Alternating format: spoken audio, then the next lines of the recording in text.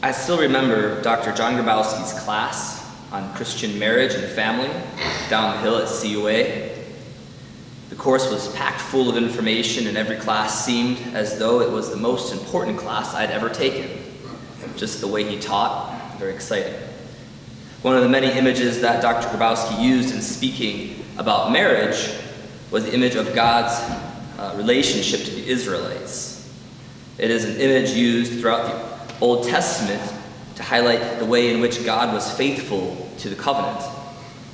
Time and again, Israel seemed to walk away from God, to lose faith in his promise, and yet God never did the same to Israel. Israel's covenant was between them and God. They were the promised people, and God was their God. The people of Israel began to realize through their time in exile that their God was not one God among many, but rather the only God who ruled over all the people of the world. And so in the New Testament, we see God send his Son first to the Israelites and then to all the peoples. And it's with this light in mind that I read today's first reading from Isaiah in the Gospel of John. Jesus' first miracle in John's Gospel is the turning of the water into wine at the wedding feast in Cana. The miracle tells us of the importance and sacredness of marriage, but also the superabundant power and grace, generosity of God to effect real change in our lives. The steward at the wedding, not knowing where the superior quality of wine had come from, turns to the bridegroom and assumes that this man has saved the best for last. Truly it is God who has saved the best for last, and it is Jesus Christ as the bridegroom, bringing salvation through his body and blood. So Christ then is the super abundantly generous bridegroom, and we the church are his bride. Related to the image of marriage of God, of Israel to God in the Old Testament, was the idea that then idolatry was similar to adultery in the eyes of God. In the marriage of Israel to God, Israel committed adultery in turning to idols. They were unfaithful.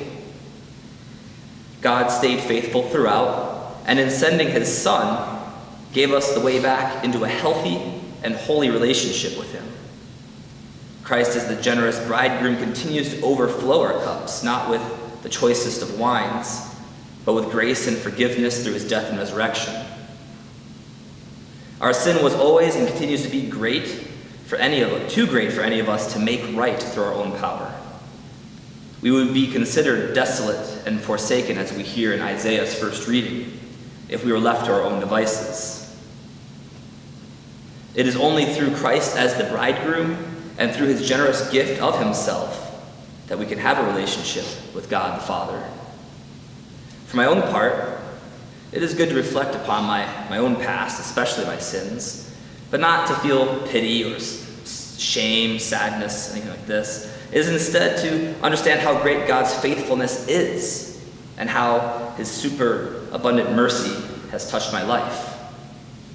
And as a religious, I often take time to meditate upon the idea of marriage, a union between God and myself. Yet I know myself to be adulterous.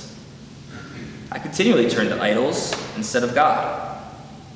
And I also look for easier, wider paths, which appear more accepting, less confrontational. I think it is good to remember that the immediate scene following Jesus' miracle in Cana is the cleansing of the temple in John's Gospel.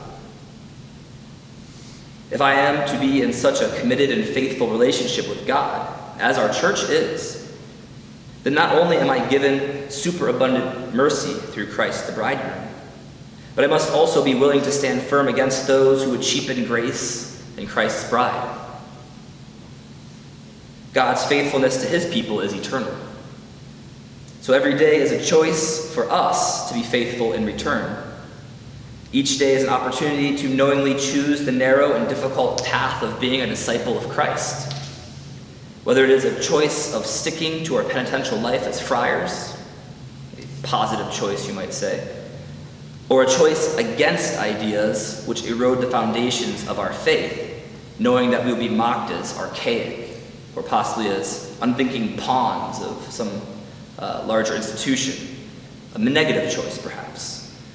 But regardless, we must choose. And in each and every choice, we know that God has already given us the grace to be faithful because he is faithful first.